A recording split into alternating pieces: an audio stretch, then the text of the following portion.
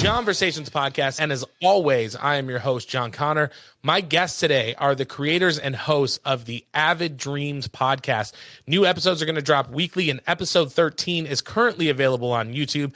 Ladies and gentlemen of the internet, please give a very warm welcome to my friends, Chanel and Jashar. Guys, thank you so much for being here. Super happy to have you. How are you guys doing today? I'm good. I'm just very tired, very busy lately. What about you? Same, just goodness gracious, so much going on.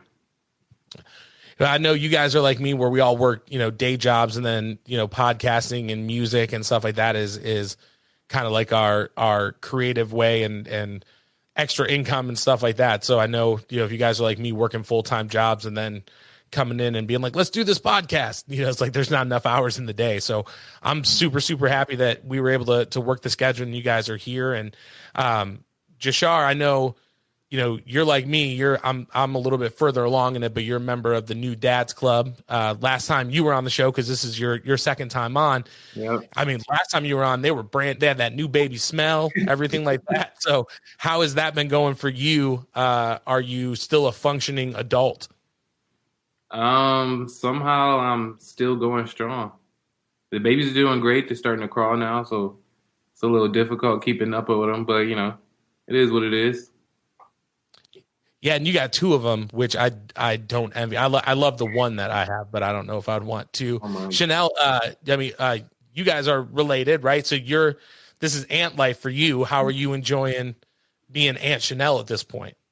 It's fun. I think it's really fun because, first of all, they're mine. So I can usually visit and then go home or whatever. I try to spend as much time as I can around them. I love babies so much. So when I heard the news, I was ecstatic. I'm super excited. So they're the background on my phone and everything. I don't know if it's gonna Yeah, it's that ant life where before I had one, I was the same way. I was an uncle. And so it's like, I can play with you. I can get you all riled up, and then I can give you back to your parents. Exactly. So gift giving's on 100. So I enjoy it. Yeah. Now it's like, stop that. I got to take this kid. So quit it. Well, I definitely want to get into the podcast. I've listened to a bunch of episodes. I really enjoy it. You guys do music reviews, and you talk about, the episode where you guys were talking about Chadwick was awesome. Talking about the Kid Cudi album on the last episode, stuff like that. If you're a music fan, if you're someone who's into pop culture, it's definitely an awesome show to check out. I did, just because the last 2 weeks have been absolutely insane as far as, there's been moments where it's kind of felt like the world has been on fire. You know what I mean? Definitely. I wanted to ask you guys, how are you holding up with everything like that? How do you feel about all the some people are calling them protests, but I'm saying fuck it. It's straight up these are rioters and mm-hmm. People committing treason and stuff like that. How have you guys been feeling through all of that? Have you been emotionally handling it okay? Because I know in this house it's it's heavy as hell. So are you guys doing all right with everything that's going on? I think the problem is that I've been a little desensitized over this past year of 2020. So I feel like I don't agree with everything that's going on right now, but there doesn't seem to be any type of backlash other protests that happened earlier in the year. So I'm just it just feels like, okay, what's the change?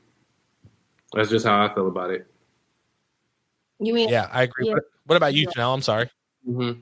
Sorry. Just going through the ebbs and flows of everything. I kind of understand what Jashar's talking about. I'm a little bit more sensitive to it just because I feel like last year was the first year I really started listening and getting into politics and understanding what everything means, basically. Everything from obviously voting, because last year was my first year voting. I got some backlash for that, but there's a lot of backstory behind it.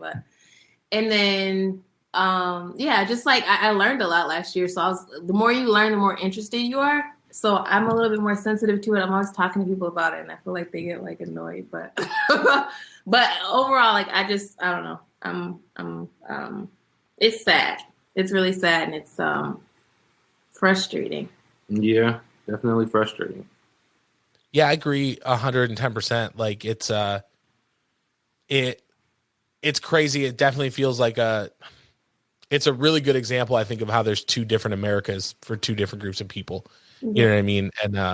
And you know, like when Black Lives Matter was there protesting and they had cops in riot gear all over the steps of the Capitol. But, you know, these are some nice country white folks and they're not going to do anything. And you got a handful of cops that don't know what they're doing. It's the parallels. And it's, to me, the comparison blows my mind, where you've got a group of people who are saying we're being disproportionately killed by police and protesting for the right to like not have to go through that violence.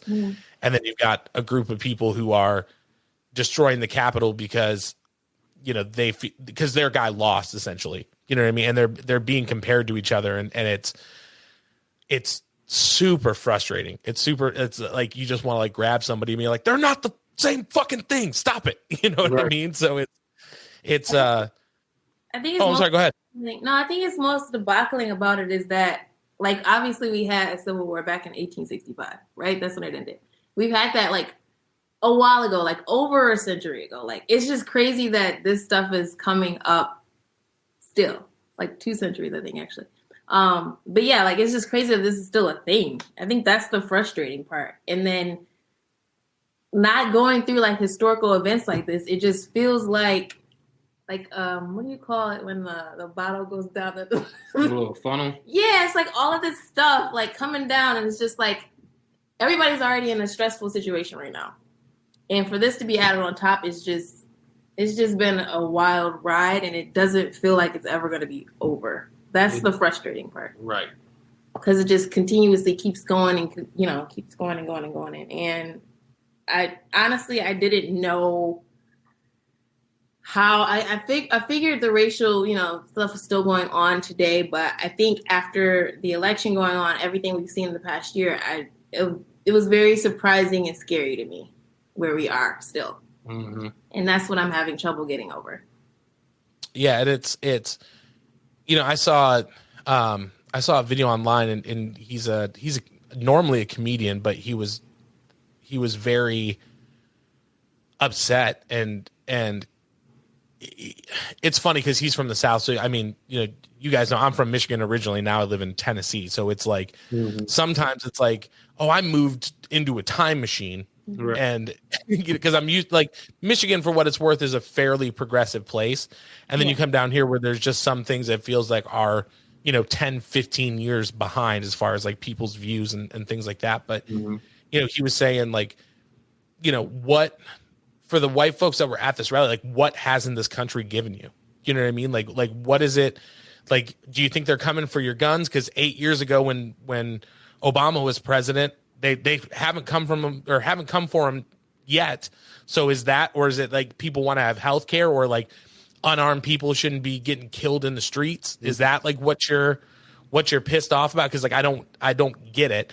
And my favorite part is like, you took the F-150 that your dad gave you and you drove to DC to protest the loss of something that you've never actually lost. It's like, what the fuck else do you need to be like, this is my country, America? You know what I mean? I don't know. I don't get it. And it's like I said, we've been, you know, we're a CNN family when we watch the news, but it's like seeing these people that are trying to compare the two. It's like apples and then super fucking racist oranges. And it annoys the hell out of me.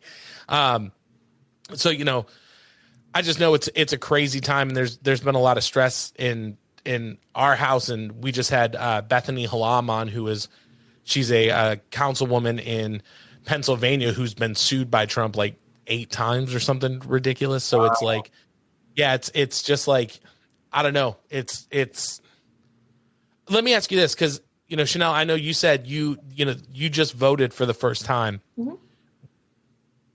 Is there anything that you're feeling optimistic about, and what was it that got you to go out and say, like, hey, like, okay, this is the election that I need to start participating in? Yeah.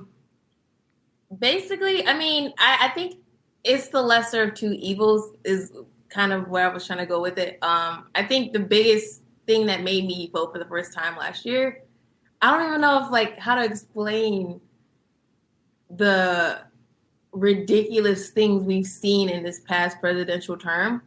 And I was reaching for like this, maybe the smallest inkling of being able to help the situation at all. Like, and this is the first time I felt this strongly about like actually doing the voting because of just the crazy stuff that's been going on. I don't know. There's just so much to list. I don't even know where to start with it. But I think this last thing that happened with the Capitol, I think that's pretty self-explanatory in itself because it's just it's been a while, right? This past year, so yeah. I mean, I don't know about you guys, but it's almost like I'm just dying for like a sense of normalcy. Like, I just want to go back to like something that's like kind of normal. You know what I mean? Like, somebody used the term diet racism. They like to go back to diet racism when it wasn't such a in everybody's face. Like when people used to be afraid of being racist because of the consequences. Right.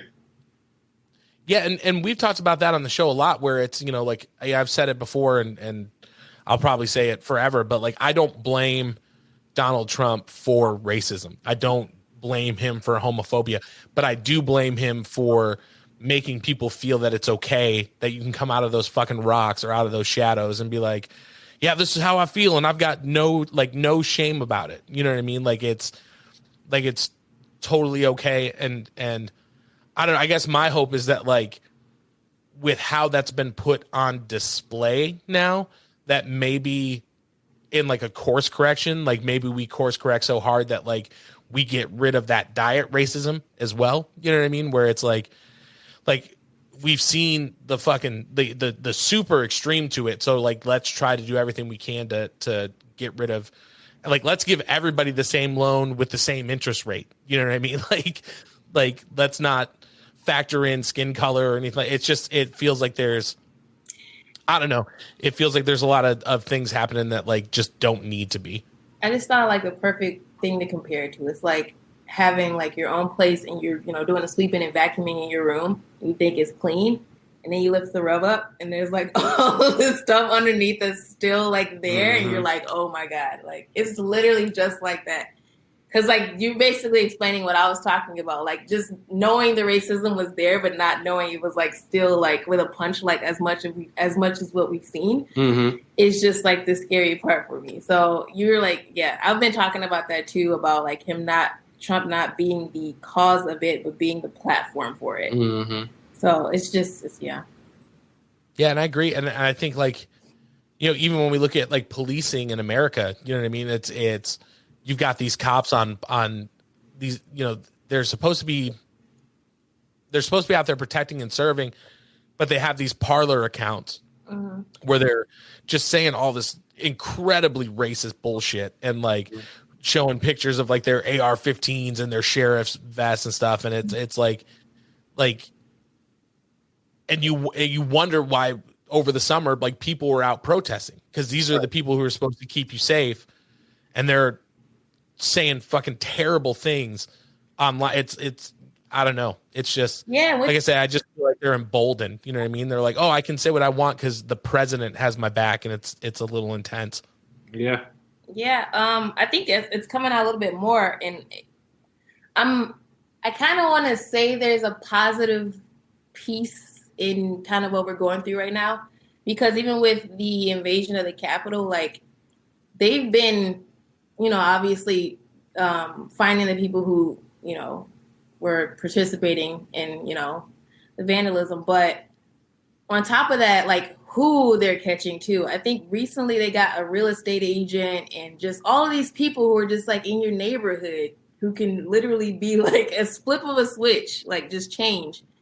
And it's really giving a new meaning to what systemic racism is. And I think a lot of people were a little bit fudgy and blurry on what it was before, but now knowing how, you know, how all these people's views are and what they're capable of, and them being, you know, so woven into our society, like it's sad. It's sad.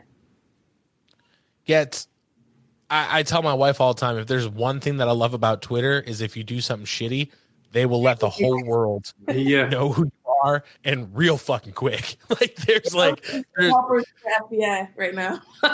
There's a whole section of Twitter that's just Sherlock Holmes, man. They're like, oh, I'll find this guy. Yeah, like I've been here's his phone number. Call him and let him know what you think. Yeah. I'm sorry, what'd you say? So I've been hearing about a lot of off-duty cops that are also part of it. Really messed up. Yeah, and like active duty military that like we're just like, yeah, let me show up, and retired military and and like the like cops that just let people in. I don't know, man. It's on one of my favorite podcasts, they refer to as roaches in the precinct. And that's what always comes into my head is like these fucking roaches in the precinct, man. Like it's dirty as fuck. You can't do anything about it. Like what? Not that you can't do anything about it, but like it doesn't seem like anything gets done about it. Right. You know. Today we're recording today, and the president has been he's the first president in history to be impeached for a second time. And I watched all day CNN. I was just sitting there. I took a vacation day today so I could sit and just watch.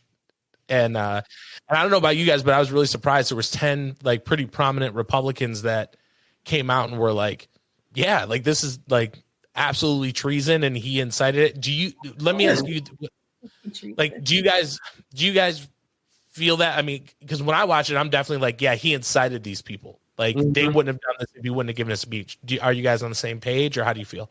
No, I feel exactly the same way. See, it almost feels like that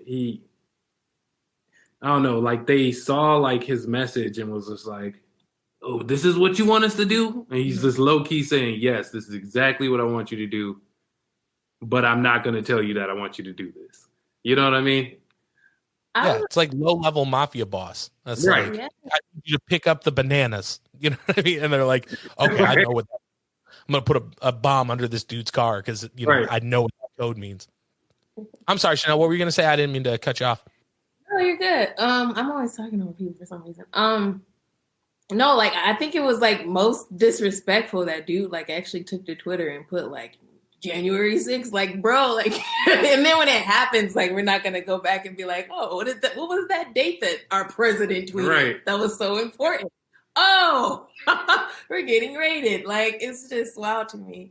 But yeah, no, I feel the same exact way. Like, when I first saw it, I wasn't going to call it treason, but like, after hearing somebody call it treason, I was like, yes. That's the right word. That's the right word. Yeah. So it hasn't happened since the 1800s when the fucking British did it. You know what I mean? Like the British were like, hey, like, you know, it's.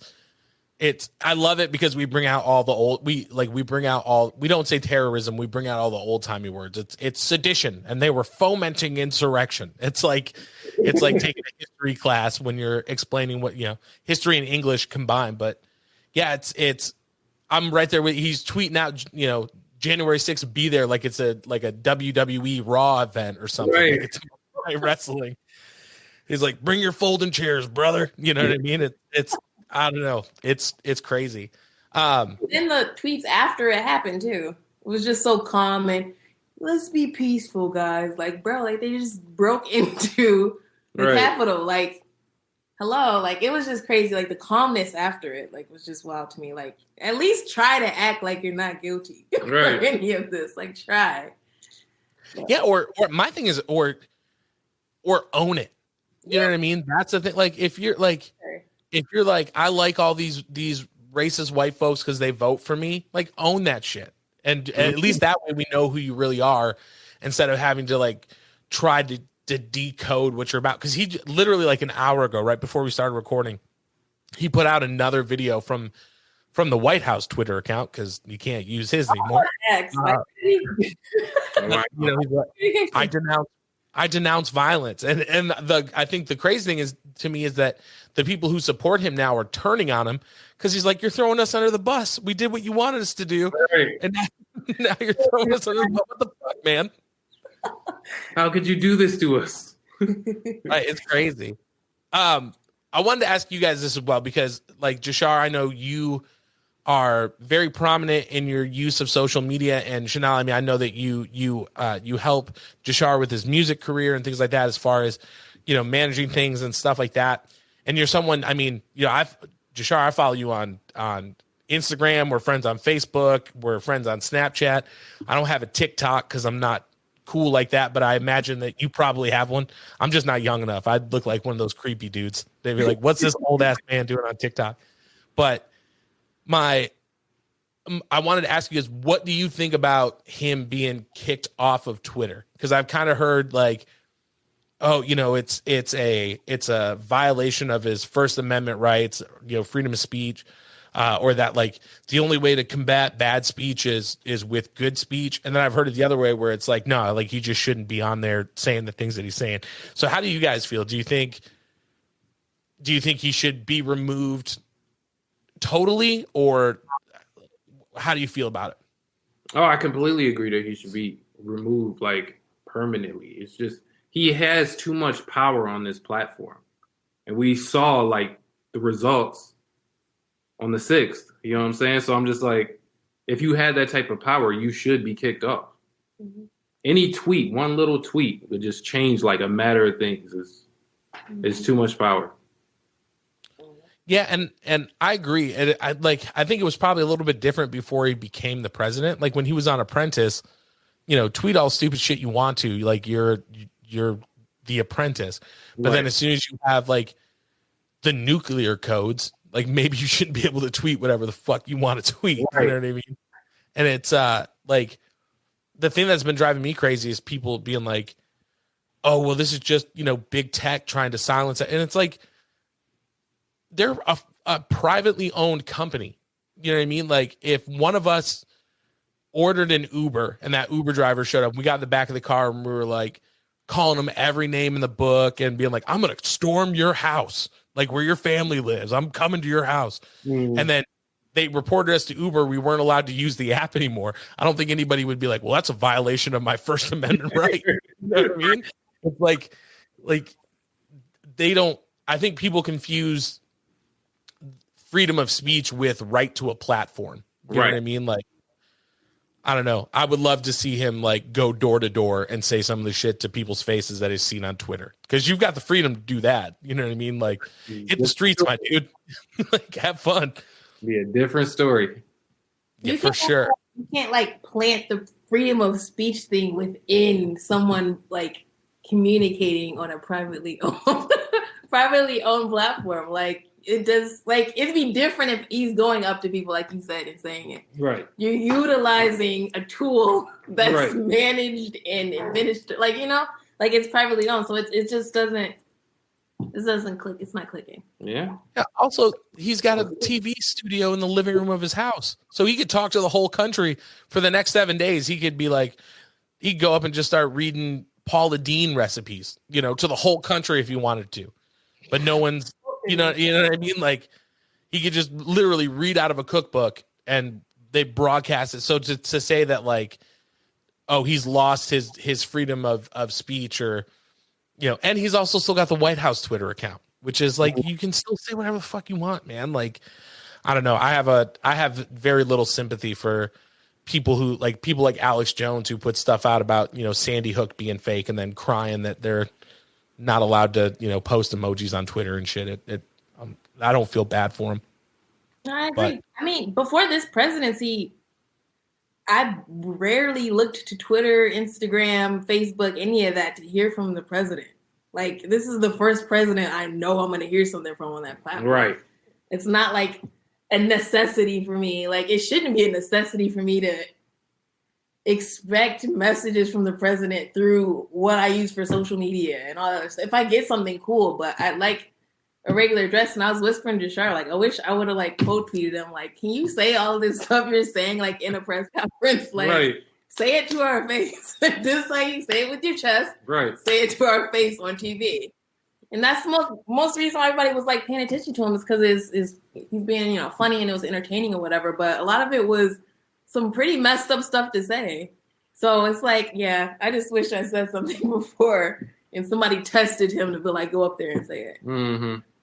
Yeah, well, and I think, like, I remember a lot of comedians kind of throughout his term being like, oh, this dude is hilarious. But I think it just got to the point where, like the joke stopped being funny. You know what I mean? Where it's, And I think the other thing too is like he's always been able to hide behind Twitter because you can argue context. It's not like, if we're having a conversation, if I'm telling a joke or something like that, you can hear in the tone of my voice. But if I type just a joke out on Twitter, it could come off as very offensive if you don't know, if you're not have like the art of the conversation. So I think it's something that has worked to be like, yeah, I said that, but I meant it like this. And so it's a way to kind of go on the record, but then not have to be on the record. I think the other thing too is that the thing that drove me crazy, they wanted to archive his tweets in the presidential library. And I'm like, why? Like it's terrible. Like it's a dumpster fire of a social media page. And I don't know why you would just want to have that in the presidential library. I don't understand. Yeah, unless they create like a Trump piece of shit museum where they just have the tweets on the wall. I remember when he said that dumbass shit. Like good times. Wow, glad we got Trevor Noah from The Daily Show did that. He set up a traveling gallery where they framed his tweets and had all of like his ridiculous quotes and tweets up on the wall, and you can go and check out like different displays and stuff. And it toured New York, and I don't have that kind of money. I didn't get to go, but apparently it was.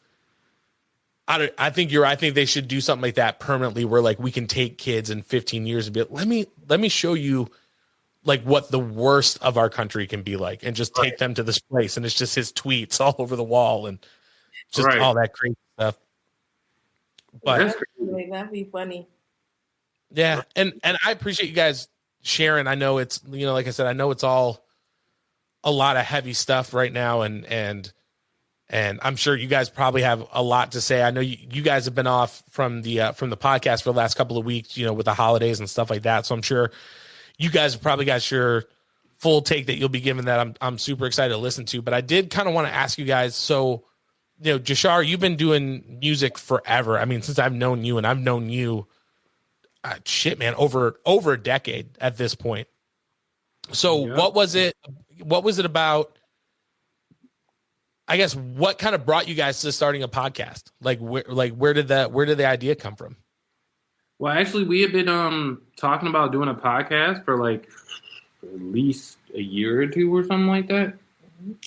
And then I had been looking for like extra content to post up, in between breaks from like music and stuff. And Chanel was like, why don't we do the podcast?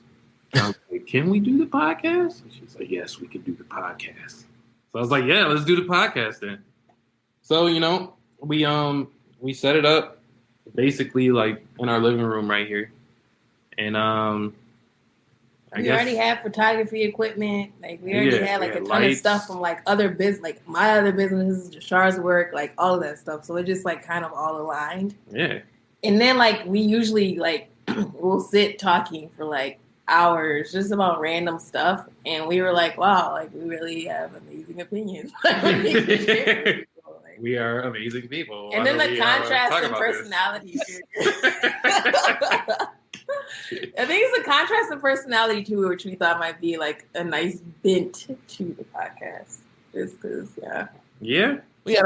I think that's always cool too when like, and I think you find that a lot with family too, where like you're different in a lot of ways, but you still have that like we're from the same human. You can't help but be similar, and so, like I'm the oldest of four, and with all my siblings, we're different in so many ways. But then there's still these like, nope, you can tell they're all related. Like you get us all in a room, and it's like, oh yeah, these all came from the same like group of people. Yeah. So how is that been? Because like my family is very, very much the same way. It was like where we can just sit and talk and things like that. So like how has it been to kind of go on the creative endeavor together? Because is this the first project you guys have done where you guys have both been like in front of the camera, or like creative equals as far as like the content that you're putting out? Well, man. Yeah, you got to. I'm never in front of the camera really. Jashar, this is like Jashar's avenue. So I just kind of got plucked and dropped into the middle of it, and it's been really cool. I don't know how to answer He took the pause like it's been really shitty. Please help. People let me quit. I tried to quit. Chat like you're not even watching. Please help me. Blink if you need help. Blink if you need help. No, it's well. I don't know. I'm someone who I've always been a fan of podcasts in general, and then I like finding because like my show, for example, like this show, where we are definitely not like we tackle one type of one subject every week. It's like I like having interesting people that I feel are intelligent and have like great ideas and I like having those people on so I can kind of pick their brains about those ideas and their thoughts and stuff like that. So seeing you guys do something where it's every week you're looking at, different things that are happening and it's not like, well, this week we're going to be, we continue our discussion on this and you know what I mean? It's you guys tackle a whole bunch of like your last episode, I think was talking about the new Kid Cudi album and then talking about like the new Marvel slate of characters and stuff like that. Like you guys touch on a lot of different things. So what has the feedback been? Because I would imagine that with something like that, you guys could cast quite a wide net as far as people who may be, like, hey, maybe I've never heard Kid Cudi before, but I'm a fucking Marvel super fan. So let me check out this episode. And then they get to, get your take on that. So like, has it been a pretty good response? You feel like you guys are kind of growing the fan base pretty well? You know what? It's actually been surprisingly good. Yeah, actually. I still get like a lot of people who will like DM me while they're watching like a new episode and all that, and get a lot of people in the comments who will chime in about how they feel about a subject that we're talking about. And Chanel's had friends that's come over and they're like, "Oh my God, this is where they shoot it." And I'm like, "Wow, this is actually turning out pretty good." Yeah, we get pretty feedback on I would say on a pretty usual basis. Like, I think basically what you were saying just a minute ago, I think that's the cool thing about the podcast is because there's a little bit of something for everybody. Like, if you want to talk politics, we talk politics. We talk music, we talk movies, we talk stuff we're interested in, like, Marvel. Shar loves, you said Kid Cudi, Shar loves Kid Cudi. We talk about my favorite artist, his favorite artist. Like, it's literally like, we can talk about anything on the platform, and that's the cool part. And that's kind of what I wanted the podcast to be. And I think actually one of our friends were saying that something they got out of watching the podcast was that they moved like far away, and when they watch the podcast, it's kind of like they're kind of in the same room with us, having the same discussion and laughing and doing all that stuff. So it's supposed to be like, yeah, it's me and Jashar talking, but also we're trying to make sure, the person watching feels like they can talk to us and be cool and chill and just watch us and, yeah, like they're part of the family. Yeah. Yeah. And I agree with you. It's, even doing this show, it's, we've kind of accumulated a group of people who listen, and it feels like you've got that connection with it. Like you're connecting with something, you're connecting over something that like, had you never had that idea or stepped in front of the camera or been like, let me just tell something. Cause I don't think a lot of people understand that, like, and maybe you guys can either agree or disagree, but for me, I feel like it takes a certain kind of person to be like, I'm just going to sit in front of a camera and talk for an hour. And I really hope that people, listen to it. You know what I mean? Like, you've got to have you've got to have like a certain brain for it. So like when you start building that community, I don't know. It's, I think you as a creator, you're like, oh, okay, well, maybe I'm onto something, but then like, the idea that somebody's getting something out or your investment into what you're doing is paying off for somebody else, I think is a really cool feeling, at least for me. I mean, I don't know if you guys have any feelings about that, but. Oh yeah, I totally dig it.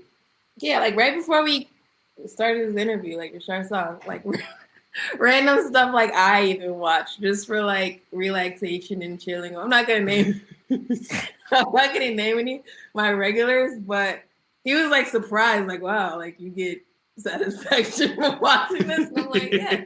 So it's like, yeah, like I totally like definitely agree. Like, I mean, I think it's something from, and we try to keep an open forum to the audience too. Like, you know, if you disagree with like what I'm saying or what Jashar's saying, like you can obviously like let's talk about it. If you found a fact like I was wrong about, like I'm human, I'm wrong, put it in the comments, like let us know, or like, you know, have a conversation about it. Like I have conversations on any of the platforms about whatever they've seen us say on YouTube. Like it's a really cool experience to like have that, I guess, shared conversation with the world. Like they can, you know, I don't know how to explain it better. We've had some like pretty good heated discussions and stuff between like friends and stuff. It's been pretty fun.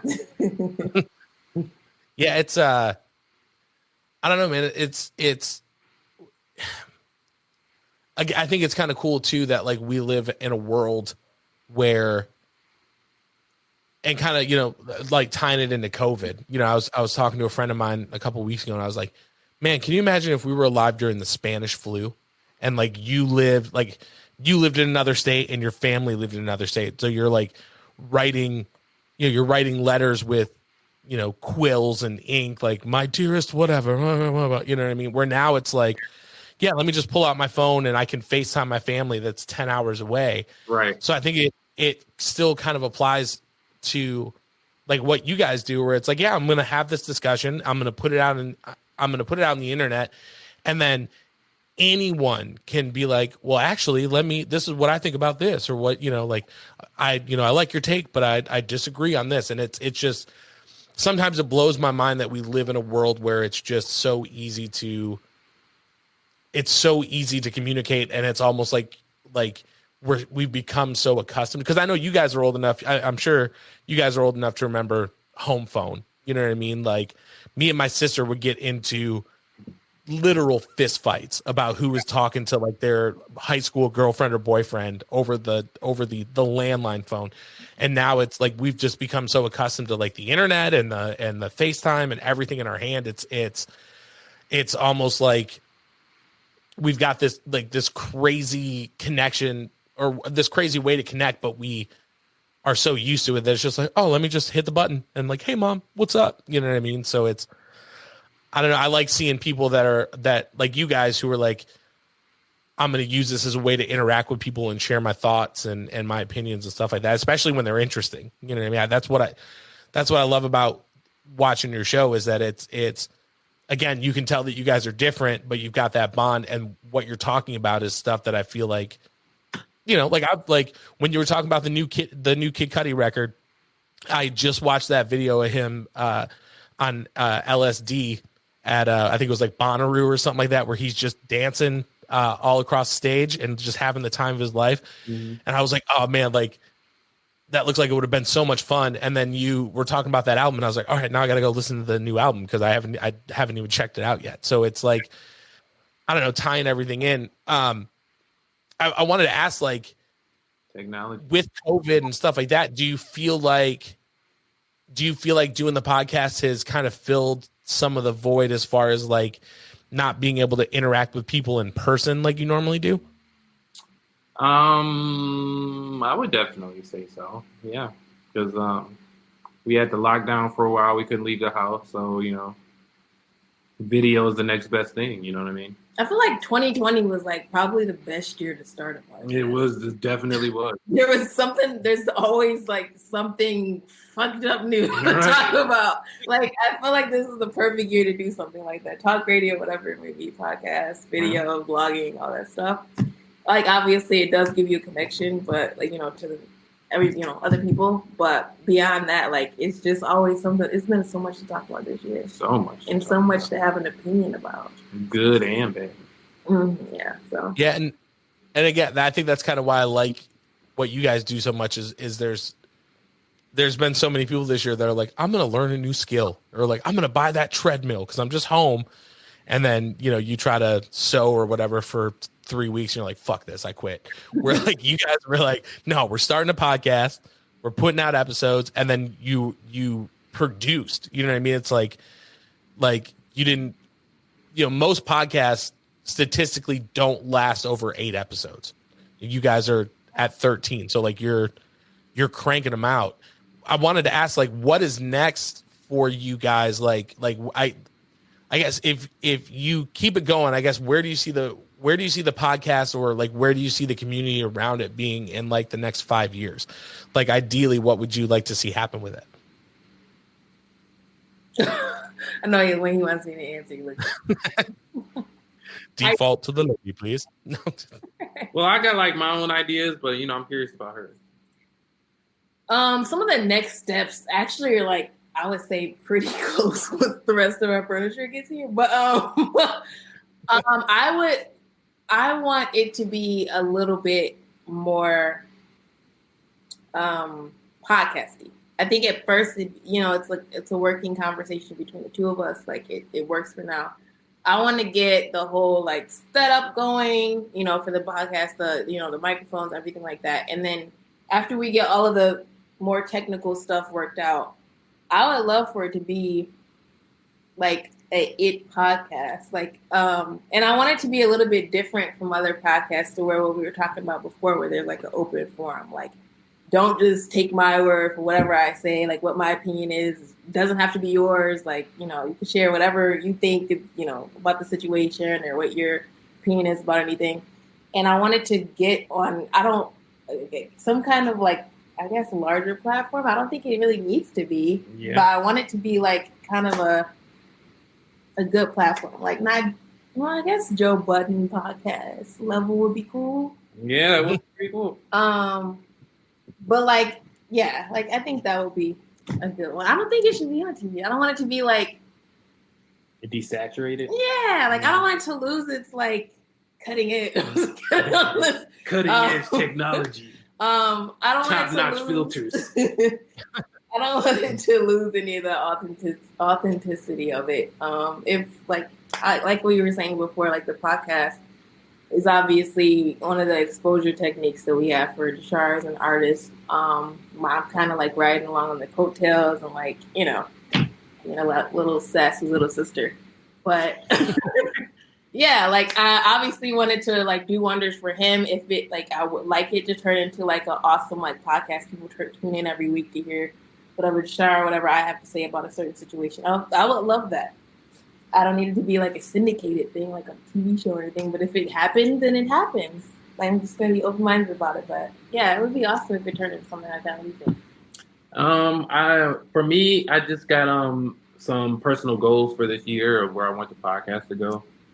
And I'm hoping that we can get like back onto a better schedule. Like work has been a little hectic, which is why we haven't been able to do it the past couple of weeks, because like holidays happen and stuff, but we still like shot around the holidays and stuff. We still made it happen.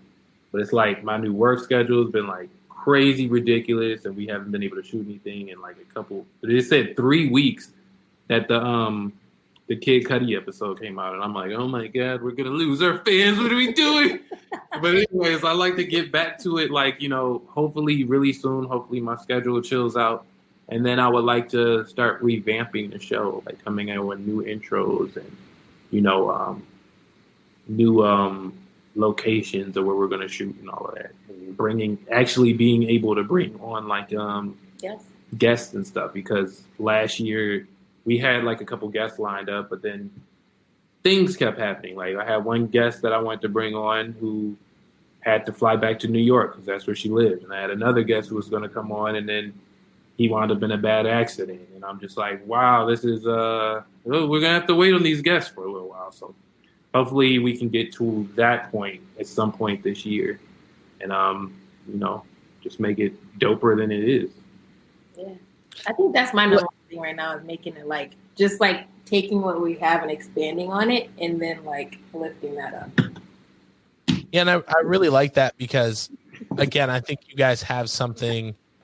I think you have something that's very unique between the two of you, and in the dynamic that you guys have, and I agree with you as far as like you always want to elevate, but like you want to keep at the core, you want it to be what it was when it started, because that's, you know, like that's what makes it special to you. You know what I mean? And I think, you know, we're really lucky that we live in a time where, like, you know, you can have a successful podcast or, you know, have a successful YouTube show and like not have to be involved with, you know, any radio stations or anything. Like, you can like have total creative. I don't know. I think if your opinions are interesting enough, that there is an audience out there for anybody. You know what I mean? And so, like, I don't know. Watching your show again, I've been like, oh, okay, it's just a matter of time. You know what I mean? Like you guys are, your show is one of those shows that I'm like, oh yeah, in 10 years, I'm going to like be going back and listening to like the first couple of, you know, like the reminiscing, being like, let me go back and like listen to how it started. You know what I mean? And I think that's kind of like I don't know. I think the longevity and growing that audience is like the best thing that you could, I think if you do that, you're successful. You know what I mean? Regardless of whether you have like a crazy nice studio or something like that. If you know, you're on for 10 years and people are still listening every week, like, you got to be doing something right. You know what I mean? I did want to ask, you know, how has it been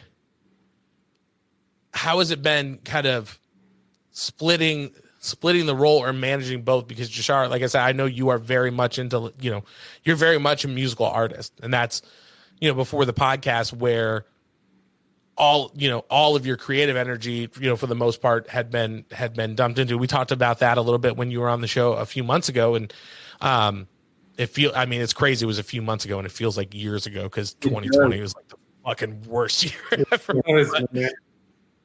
But I'm just wondering, like, how has it been for you to kind of put on the different hat, or is it still the same hat? You just, you know, flip it a different way. Has it been a challenge for you to kind of go from like, this is my like musically creative side to this is my like my podcast creative side?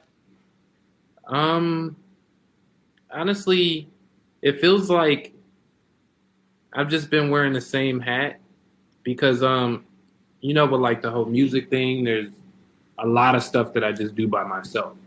So it's like I just applied a lot of the creativity from like, you know, graphic design and, you know, putting together like logos and stuff. And I just was able to shift that over to like the podcast. And basically, once we, you know, come together about like what we want to talk about for the week, then it's just us talking. You know what I'm saying? So like, I say like more of the creativity came from actually putting the show together than it actually is from like managing the show. Okay, I got you. It's a brain thing, you know? Oh. Yeah, so it's so I guess what I'm hearing you say is that it's just, you know, let me ask you this. Is it because you do, and by the way, the logo is dope. I love the podcast logo with like the embers on it. When I first saw it, I was like, this is awesome. And you know, we go back and forth on Instagram. You're one of my favorite people on Instagram, because anytime we do anything new as far as like logo or art, you're the first person to be like, hey man, it looks awesome. So I'm like, yeah, dude. Every time you upgrade something, I'm like, let's go, John. I'm trying slowly but surely. Hopefully, if we're still around in 10 years, we'll like have a decent logo. So, but you know, I wanted to ask, like, has it been, because you do so much of your music on your own, because you do so much of like the graphic design on your own and the artwork and stuff, how's it been having your sister there as a partner to bounce those ideas off of? Is that been an adjustment for you as far as being like, okay, now I'm not the only one running the show, like I've got a partner in this? Has that been, how has that been for you guys kind of working that out? To be honest, it hasn't really been much of a difference. Like, before we started the podcast, like every time I had like a new idea of what I wanted to do, like, okay, I'd like to release an album with this, and I'd like to do this type of promo, I would run it by her, and she'd be like, okay, you should do this. This sucks. Let's do this. You know what I'm saying? And it's just like, now that we have like the podcast, it's just, we're saying it out loud to each other. You know what I'm saying? It's just like, we're on camera okay, like, do you like this or no, I don't like this. You know what I'm saying? So it's been something that we've been like cultivating for like the years, you know, that we've been together, and it's just like now it's just everybody can see it. Yeah, and I think that's a uniquely brother sister thing where you'd be like, I ran this idea by her and she just told me it sucked. Like, Yeah. there's not a lot of people outside of your family who could talk to you like that, and you just be like, yeah, you're right. Let me work on something else. Yeah, that was garbage. I was thinking it too before I brought it to you. I was just hoping like maybe somebody would be like, no, man, it's cool. Like you should run with it. that way you don't have to start all over.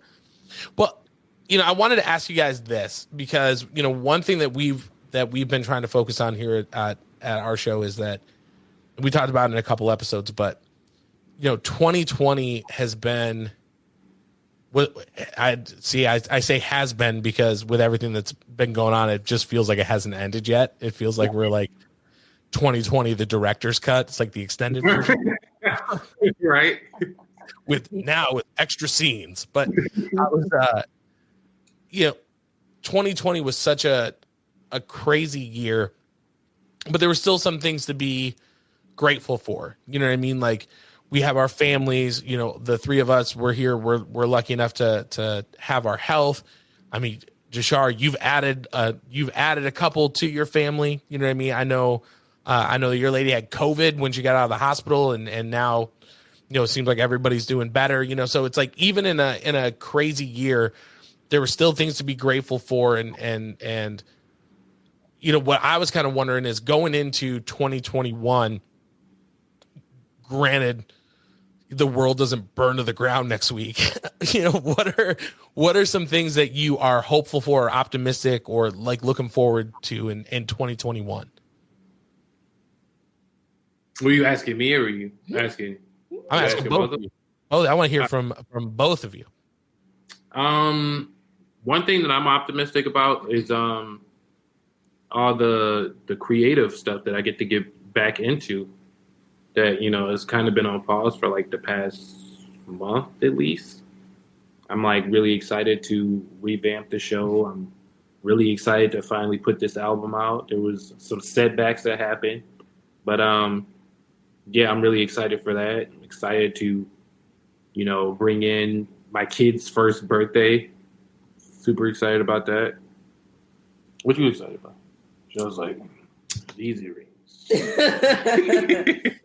No, hopefully traveling. Yes, traveling. I traveled last year and I didn't get a chance to. Super salty about it. It was really hard. You guys go on vacations together, right? Like, yeah. I know you guys took a couple of vacations because that, you know, that has to have sucked to not, you know, been able to do that this year or this past year. She was about to go back to Hawaii without me. Yeah, with my friend. That got rescheduled like a couple of times. But yeah, definitely traveling. I had like, thank goodness the airlines were doing credit, so I have some credit to book something. But I haven't rebooked anything because it's just like, oh no, when's okay. But no, like I'm looking forward to traveling. Obviously, still working on a podcast, and getting back into my businesses that I have going on, along with, you know, obviously helping Jashar's career as well where I can, and decorating the new apartment I'm in, or we're in. And yeah, spending more time with friends. I feel like I haven't really sat down and really thought about 2021 just because I didn't feel like there would be a 2021, if that makes sense, quote unquote. 2021. You know what I mean? Like 2020 was like, yeah. But it's like it was everything that was entertaining or like something in 2020 was like stuff I viewed. Right. Or like you know what I mean? Right. It wasn't like, oh, I'm going to do, I feel like 2020 wasn't a year for plans. Like, yeah, like, because you didn't have one. So I guess I kind of like the 2021 the same way because it's like, you know, I feel like 2020 is the same thing. I'm really hoping because I feel like when like New Year's, like January 2020, it felt like everybody was like, this is my year. Like, new year, new me. I'm taking over the world this year. And then the world was like, no, you're not, and shut everything down. So I'm hoping that maybe, you know, with 2021 starting, it feels like the polar opposite of that, where everyone's like, well, this year's just going to suck just as bad as last year did. And maybe, with last year being so opposite of what people expected, maybe we'll get lucky and get that. Like everybody will go through being like, yeah, 2021 is going to blow. And then hopefully by this time, 2022, people are like, wasn't that bad. I got to, go on an airplane and, because I'm with you. My whole family still lives up there in Michigan, around where you guys are. And, I've got a nephew who was born that I haven't been able to meet yet. And, my sister is pregnant with her second kid. And I haven't been, so it's just like, I just want to be able to like come, and here in Tennessee, I don't know if you guys saw, but we're like ground zero for COVID right now. Like they're like, you're the hotspot of the world, not the country. You are. Yeah, it's terrible where you are.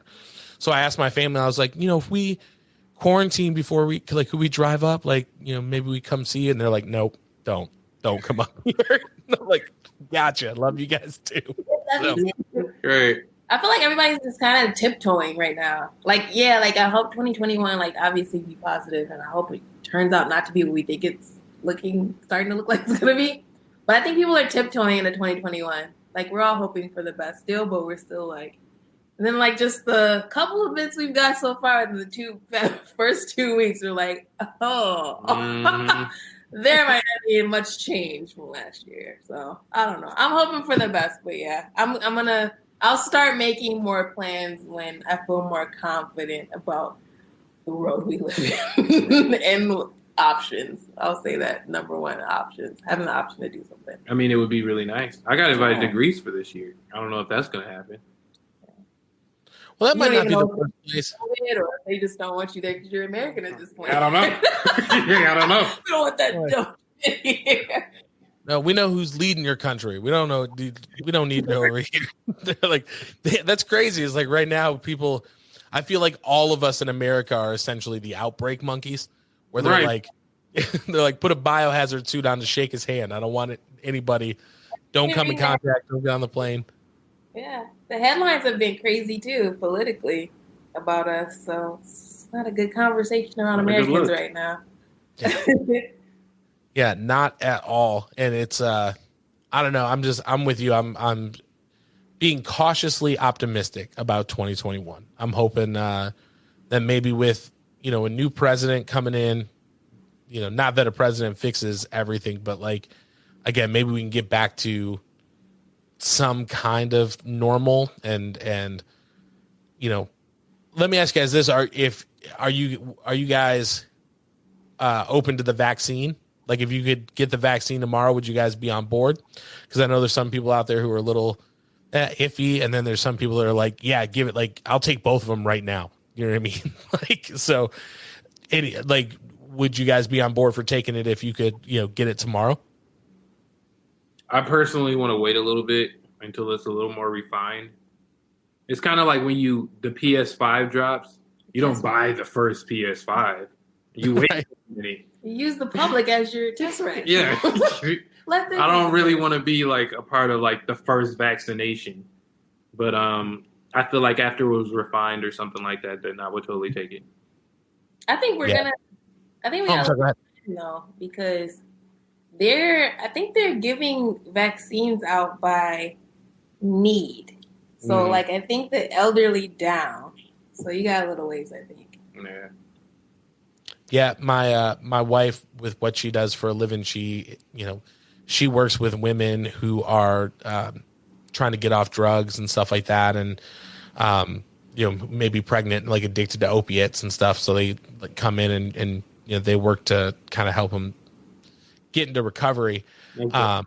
But they don't shut down. You know what I mean? So it's you don't know where those people have been that are coming into the treatment center, like who they've been around, anything like that. So she's on the list to get hers, but I know that she's like down on the list. The funniest thing that I heard is that there's some states where seniors can sign up to get theirs, but you have to go through an app to sign up. So it's like all these senior citizens that are like, I don't know how to do this. And I'm like, I'm never going to get my COVID shot because I can't FaceTime my grandson. How am I supposed to download this app? Right. So, But yeah, I think that's definitely like included into it is the elderlies and then frontliners who have to be there. Because I've seen a couple of, I know one of my the people I'm cool with, she's I think she's doing her residency at a hospital, but she has to get one. She already got one actually. A couple other people too that I know in the medical field, they had to get it too. So I guess those could be your test monkeys. And then after that, it trickles down to you that have we get to see all of the side effects that people have been talking about that are most likely false. So yeah, it's just scary too, because it's like, you know, some people have adverse reactions to like the flu shot, you know what I mean? So it's like, I don't know, I think it just kind of ties into the uncertainty of the entire year last year. It's just like, well, you know, maybe it works and maybe something crazy happens. We've I've had her name was Olivia. She was on the show. Olivia Cornu. She was on the show Married at First Sight, but she's also a nurse practitioner. And she did something really cool where she got her shots. And then for like the next couple of days, she let everyone who followed her online, she did like Instagram stories letting them know like, hey, I had some muscle aches or something like that. Like these are the symptoms that I've had, just so that, people, I don't know. I think it's more just to like kind of show people that like, yeah, you may have some side effects, but like, let's try to there's so much noise out there that I think it was just cool of her to kind of be like, hey, I'm a normal person. I got my shot. This is what's happening. Right. As opposed to like Bill Gates has got a microchip and it's like all that, like the craziness, you know what I mean? So is this supposed to protect against like different strains?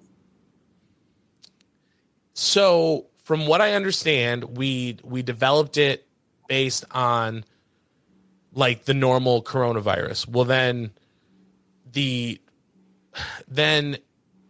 UK got like Super Saiyan coronavirus. Yeah.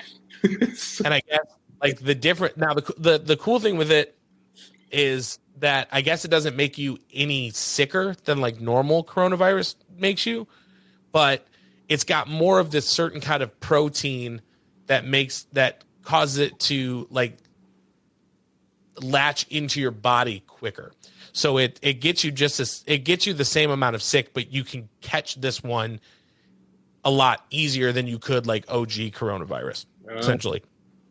Which I know there's probably people listening that are like, he did a terrible job of explaining that. And yeah, I'm not a scientist. It's like a caffeinated COVID. Right.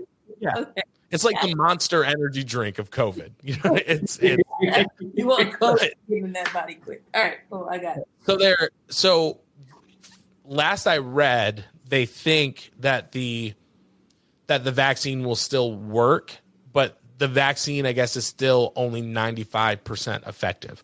So even people who are getting the vaccine, they're still saying like social distance, wear your mask. You know what I mean? Like it's not like the odds are a lot lower, but it's not like the Halo sword. That's how I refer to it as, like from the original Halo. You get that sword and you're just like like no, you get everybody. Like you're totally protected. It's not that. There's still a risk, but I guess the risk goes down like significantly.